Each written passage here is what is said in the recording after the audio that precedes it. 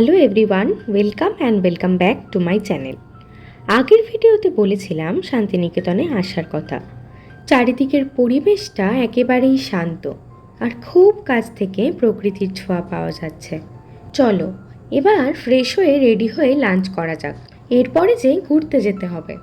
আগেই বলেছিলাম আমাদের হোটেলটা ভীষণ ভালো আর এনাদের হসপিটালিটিও ভীষণ সুন্দর। আচ্ছা, 15th অগস্ট উপলক্ষে আজ ছিল স্পেশাল লাঞ্চ। ছিল ভাত, শুক্তো, ডাল, ঝুড়ো আলু ভাজা, আলু পটলের তরকারি আর স্পেশাল মাটন কষা। শেষ পাতে ছিল চাটনি আর পাঁপড়। খাওয়া দাওয়া শেষ করে সবাই বেরিয়ে পড়লাম বিশ্বভারতী আর কঙ্কালীতলার উদ্দেশ্যে। চারিদিকে শুধু সবুজ গাছপালা, খোলা মাঠ আর আকাশের বিশালতা, আর সাথে রয়েছে পাখিদের কিচিরমিচির।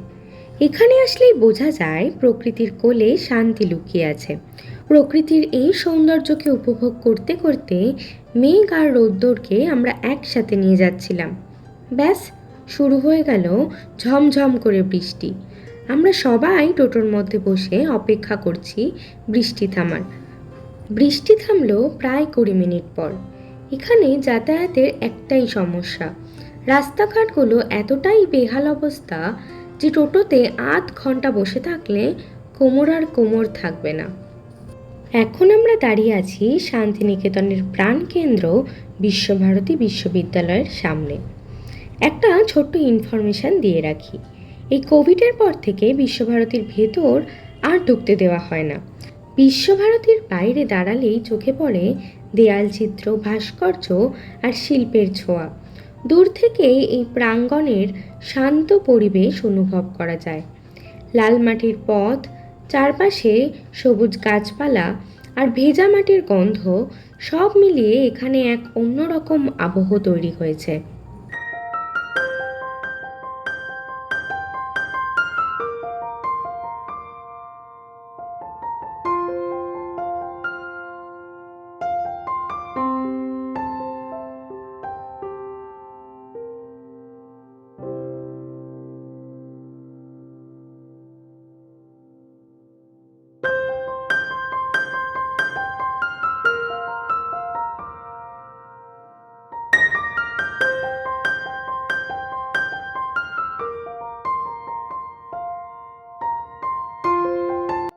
যেহেতু ভেতরে ঢুকতে দেয় না, তাই আমরা বাইরে থেকেই একটু উপভোগ করলাম আর তারপর বেরিয়ে গেলাম কঙ্কালীতলার জন্য।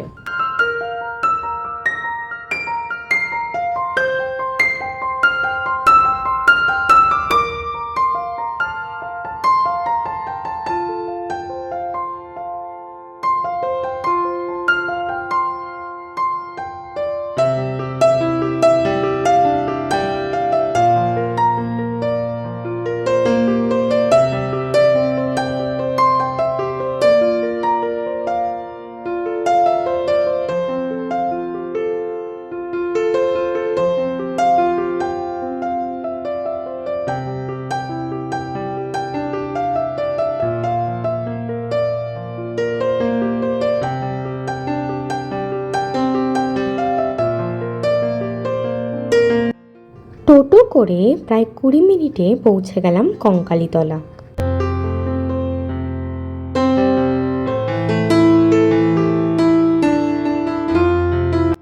বিশ্বাস করা হয় এখানে সতী মায়ের হাড় বা কঙ্কাল পড়েছিল।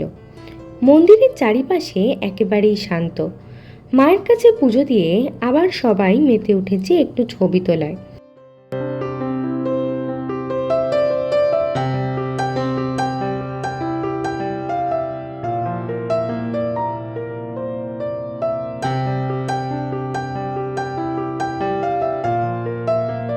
ছবি তোলা, জায়গাটা পুরো ঘুরে দেখা, সবটাই প্রায় কমপ্লিট।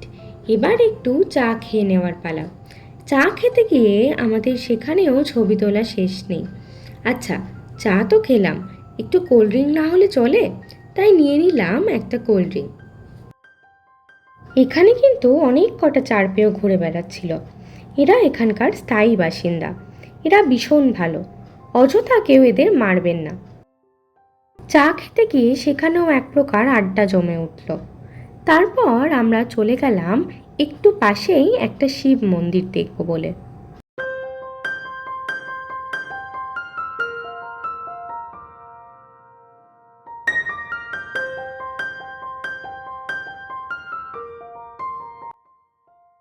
আজকের মতন সাইট সিন কমপ্লিট। এবার হোটেলের দিকে ফিরব। গাড়ি যত এগোচ্ছে ততই প্রকৃতির রং বদলাতে দেখছি। গ্রাম বাংলার এই সৌন্দর্য শহরের কোলাহল থেকে একেবারেই আলাদা। সূর্য অস্ত যেতে বসেছে, লাল আভা ছড়িয়ে পড়েছে আকাশে। আজ সকাল থেকে গোধূলি পর্যন্ত আকাশের বিভিন্ন রং চোখে পড়ল। তার মধ্যে বসে আমরা চুল ভাজছি। বেসিক্যালি আমার চুল বাঁধা হচ্ছে। বড় কথা না, চুলটা বাঁধা। আমাদের হেয়ার স্টাইলিস্ট খুব সুন্দর চুল বাঁধে আমার হেয়ার স্টাইলিস্ট। একদম ফ্রেশ হয়েই নিচে গিয়ে দেখলাম গরম গরম পেঁয়াজি আর সাথে চা, আর তার সাথেই চলতে থাকলো আনলিমিটেড গল্প। এরপরেই চলে এলো কোল্ড ড্রিঙ্ক, সেটা খেয়ে হজম করার পালা। আর তারপরেই চলে গেলাম ডিনার করতে। মেনুতে ছিল রুটি, আলু ভাজা আর চিকেন কষা। খাওয়া দাওয়া শেষ করে রাত্রিবেলা হোটেলটাকে কেমন লাগে তা দেখতে গেছিলাম।